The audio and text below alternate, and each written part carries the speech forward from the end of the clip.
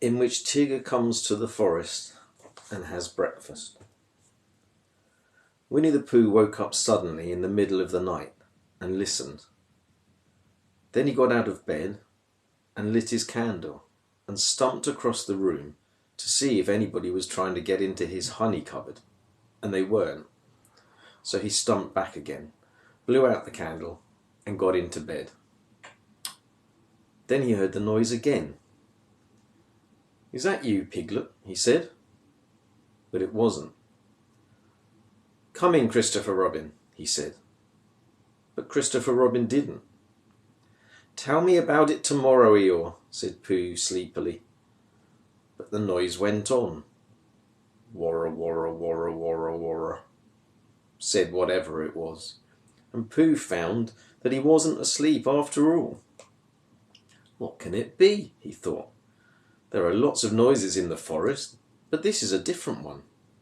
It isn't a growl, and it isn't a purr, and it isn't a bark, and it isn't the noise you make before beginning a piece of poetry, but it's a noise of some kind made by a strange animal, and he's making it outside my door. So I shall get up and ask him not to." He got out of bed and opened the front door. "Hello," said Pooh, in case there was anything outside. "Hello," said whatever it was. "Oh," said Pooh. "Hello." "Hello." "Oh, there you are," said Pooh. "Hello." "Hello," said the strange animal, wondering how long this was going to go on. Pooh was just going to say hello for the fourth time when he thought that he shouldn't, so he said, "Who is it?" instead. "Me," said a voice. "Oh," said Pooh. "Well, come here." So whatever it was came here, and in the light of the candle, he and Pooh looked at each other. "I'm Pooh," said Pooh. "I'm Tigger," said Tigger. "Oh," said Pooh, for he had never seen an animal like this before. "Does Christopher Robin know about you?" "Of course he does," said Tigger. "Well," said Pooh, "it's the middle of the night, which is a good time for going to sleep, and tomorrow morning we'll have some honey for breakfast." "Do Tiggers like honey?" "They like everything," said Tigger cheerfully. "Then if they like going to sleep on the floor, I'll go back to bed," said Pooh, "and we'll do things in the morning. Good night." And he got back into bed and went fast asleep. When he awoke in the morning, the first thing he saw was Tigger, sitting in front of the glass and looking at himself. "Hello," said Pooh. "Hello," said Tigger. "I found somebody just like me. I thought I was the only one of them." Pooh got out of bed and began to explain what a looking glass was. But just as he was getting to the interesting part, Tigger said, "Excuse me a moment, but there's something climbing up your table." And with one loud warra, warra, warra, warra, he jumped at the end of the tablecloth, pulled it to the ground, wrapped himself up in it 3 times, rolled to the other end of the room, and, after a terrible struggle, got his head into the daylight again, and said cheerfully, "Have I won?"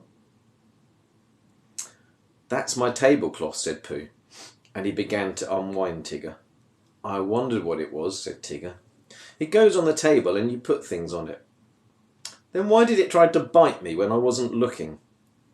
"I don't think it did," said Pooh. "It tried," said Tigger, "but I was too quick for it." Pooh put the cloth back on the table, and he put a large honey pot on the cloth, and they sat down to breakfast. And as soon as he sat down, Tigger took a huge mouthful of honey, and he looked up at the ceiling with his head on one side and made exploring noises with his tongue, and considering noises, and what have we got here noises. And then he said in a very decided voice, "Tiggers don't like honey."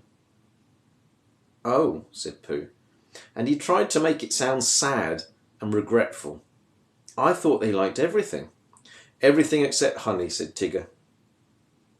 Pooh felt rather pleased about this, and said that as soon as he had finished his own breakfast, he would take Pig around to Piglet's house, and Tigger could try some of Piglet's acorns. Thank you, Pooh, said Tigger, because acorns is really what Tiggers like best. So after breakfast they went round to see Piglet, and Pooh explained as they went that Piglet was a very small animal who didn't like bouncing, and asked Tigger not to be too bouncy just at first. And Tigger, who had been hiding behind trees and jumping out on Pooh's shadow when it wasn't looking, said that Tiggers were only bouncy before breakfast, and that as soon as they'd had a few acorns they became quiet and refined. So by and by they knocked at the door of Piglet's house. "Hello, Pooh," said Piglet. "Hello, Piglet, this is Tigger." "Oh, is it?" said Piglet, and he edged round to the other side of the table. "I thought Tiggers were smaller than that." "Not the big ones," said Tigger. "They like acorns," said Pooh, "so that's what we've come for, because poor Tigger hasn't had any breakfast yet." Piglet pushed the bowl of acorns towards Tigger and said, "Help yourself." And then he got close up to Pooh and felt much braver, and said, "So you're Tigger? Well, well," in a careless sort of voice. But Tigger said nothing, because his mouth was full of acorns. After a long munching noise, he said, "Is you..." And when Pooh and Piglet said, "What?" he said, "Scusi," and went outside for a moment. When he came back, he said firmly, "Tiggers don't like acorns." "But you said they like everything except honey," said Pooh. "Everything except honey and acorns," explained Tigger. When he heard this, Pooh said, "Oh, I see," and Piglet, who was rather glad that Tiggers didn't like acorns, said, "What about thistles?" "Thistles," said Tigger, "is what Tiggers like best." "Then let's go round and see Eeyore," said Piglet. So the three of them went, and after they had walked and walked and walked, they came to the part of the forest where Eeyore was. "Hello, Eeyore," said Pooh. "This is Tigger." "What is?" said Eeyore. "This," explained Pooh and Piglet together, and Tigger smiled his happiest smile and said nothing. Eeyore walked all round Tigger once, then turned and walked all round him the other way. "What did you say it was?" he asked. "Tigger." "Ah," said Eeyore. "He's just come," explained Piglet. "Ah," said Eeyore again. He thought for a long time and then said, "When is he going?" Pooh explained to Eeyore that Tigger was a great friend of Christopher Robin's who'd come to stay in the forest, and Piglet explained to Tigger that he mustn't mind what Eeyore said because he was always gloomy. And Eeyore explained to Piglet that, on the contrary, he was feeling particularly cheerful this morning, and Tigger explained to anybody who was listening that he hadn't had any breakfast yet. "I knew there was something," said Pooh. "Tiggers always eat thistles, so that was why we came to see you, Eeyore." "Don't mention it, Pooh." "Oh, Eeyore, I didn't mean that I didn't want to see you. Quite. But your new stripy friend, naturally, he wants his breakfast." "What did you say his name was?" "Tigger." "Then come this way, Tigger." Eeyore led the way to the most thistly-looking patch of thistles that ever was, and waved a hoof at it. "A little patch I was keeping for my birthday," he said. "But after all, what are birthdays? Here today and gone tomorrow. Help yourself, Tigger." Tigger thanked him and looked a little anxiously at Pooh. "Are these really thistles?" he whispered. "Yes," said Pooh. "What Tiggers like best?" "That's right," said Pooh. "I see," said Tigger. So he took a large mouthful and gave a large crunch. "Ow!" said Tigger. He sat down and put his paw in his mouth. "What's the matter?" asked Pooh. "Hot," mumbled Tigger. "Your friend," said Eeyore, "appears to have bitten on a bee." Pooh's friend stopped shaking his head to get the prickles out and explained that Tiggers didn't like thistles. "Then why bend a perfectly good one?" asked Eeyore. "But you said," began Pooh, "you said that Tiggers liked everything except honey and acorns." "And thistles," said Tigger, who was now running around in circles with his tongue hanging out. Pooh looked at him sadly. "What are we going to do?" he asked Piglet. Piglet knew the answer to that, and he said at once that they must go and see Christopher Robin. "You'll find him with Kanga," said Eeyore. He came close to Pooh and said in a loud whisper, "Could you ask your friend to do his exercises somewhere else? I shall be having lunch directly, and I don't want it bounced on just before I begin. A trifling matter, and fussy of me, but we all have our little ways." Pooh nodded solemnly and called to Tigger, "Come along and we'll go and see Kanga. She's sure to have lots of breakfast for you." Tigger finished his last circle and came up to Pooh and Piglet. "Hot," he explained, with a large and friendly smile. "Come on," and he rushed off. Pooh and Piglet walked slowly after him. And as they walked, Piglet said nothing, because he couldn't think of anything, and Pooh said nothing, because he was thinking of a poem. And when he'd thought of it, he began. "What shall we do about poor little Tigger? If he never eats nothing, he'll never get bigger. He doesn't like honey and acorns and thistles because of the taste and because of the bristles. And all the good things which an animal likes have the wrong sort of swallow or too many spikes." "He's quite big enough anyhow," said Piglet. "He isn't really very big." "Well, he seems so." Pooh was thoughtful when he heard this, and he murmured to himself, "But whatever his weight in pounds, shillings and ounces, he always seems bigger because of his bounces." "And that's the whole poem," he said. "Do you like it, Piglet?"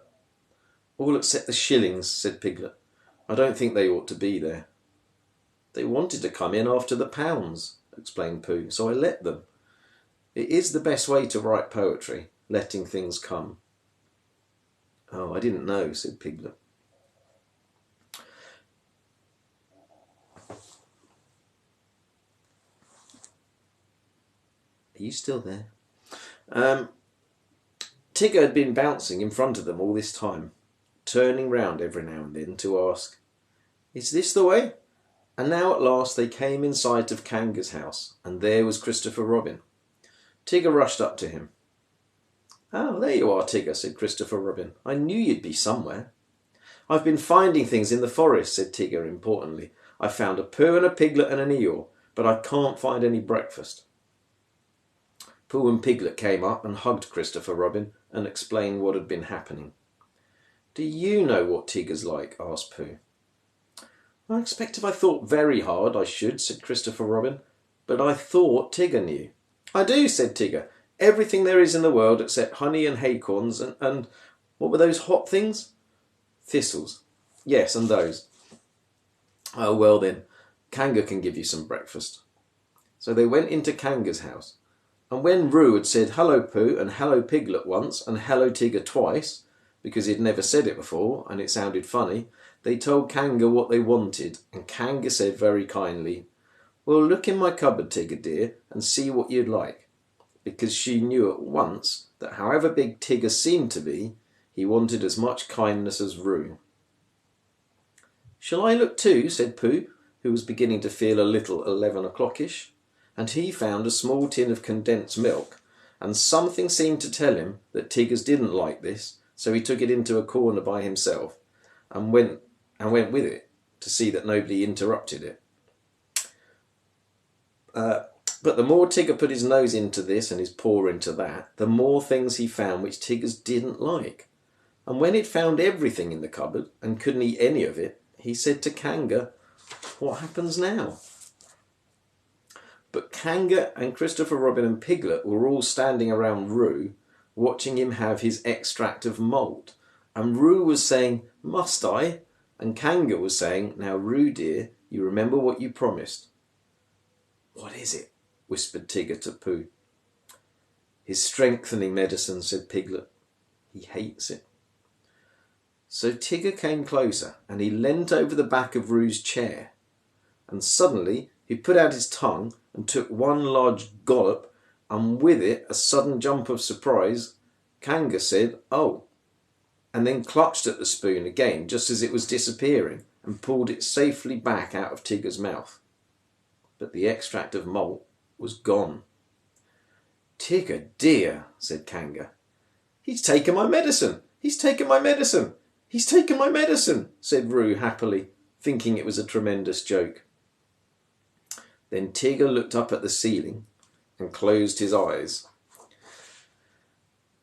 and his tongue went round and round his chops in case he'd left any outside, and a peaceful smile came over his face as he said, "So that's what Tigger's like."